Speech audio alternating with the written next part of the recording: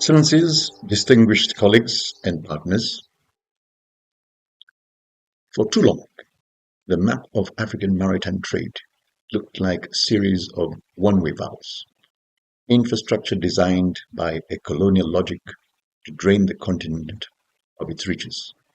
Today, as we stand under the transformative umbrella of the AfCFTA, we are here to reverse that flow.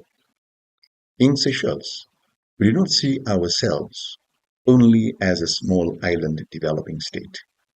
We see ourselves as a large ocean state with an exclusive economic zone of 1.35 million square kilometers. We understand that the sea is not a barrier. It is our primary highway.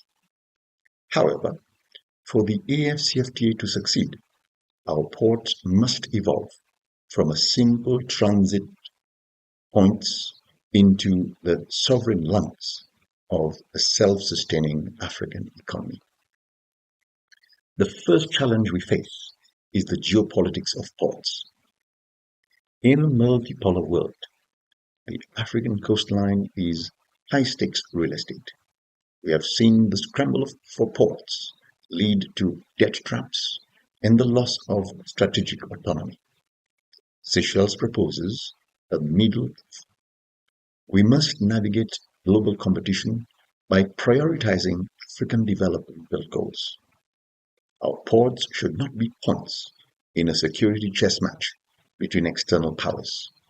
Instead, we must leverage competition to secure the best technology and the most favorable financing, while ensuring that the data and the physical assets remain firmly under African oversight.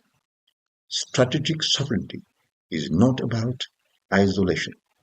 It is about power to say no to terms that do not serve our children.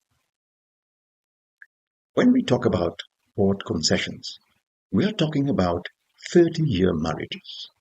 These cannot be predicted.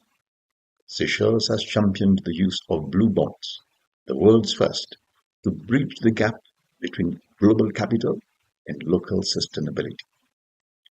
To my fellow policymakers, we must structure public-private partnerships, PPPs, that demand more than just concrete and cranes. We must demand technology transfer so that the digital nervous system of our ports is managed by African engineers. Equity protections, ensuring that while we invite top-tier global capital, the golden share of our critical infrastructure remains a national asset. Furthermore, we must address the islands of efficiency trap. A world-class port is useless if the cargo is strangled by a third-class road or a non-existent rail link. Continental integration requires intermodal synchronization. Our investment portfolios must treat the port and the hinterland as a single living organism.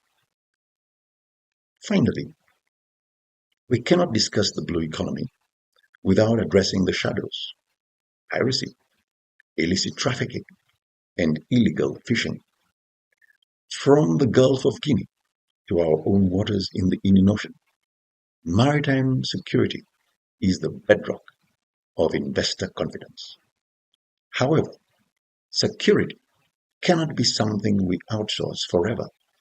Seychelles advocates for a Pan-African security architecture.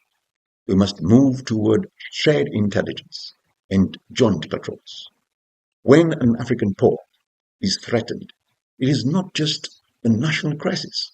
It is a threat to the entire AfCFTA supply chain. We must protect our economic arteries with African-led solutions that reduce our reliance on external naval presence.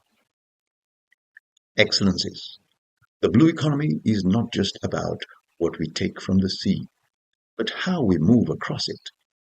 Seychelles stands ready to share our expertise in blue finance and maritime spatial planning to help build this new continental architecture.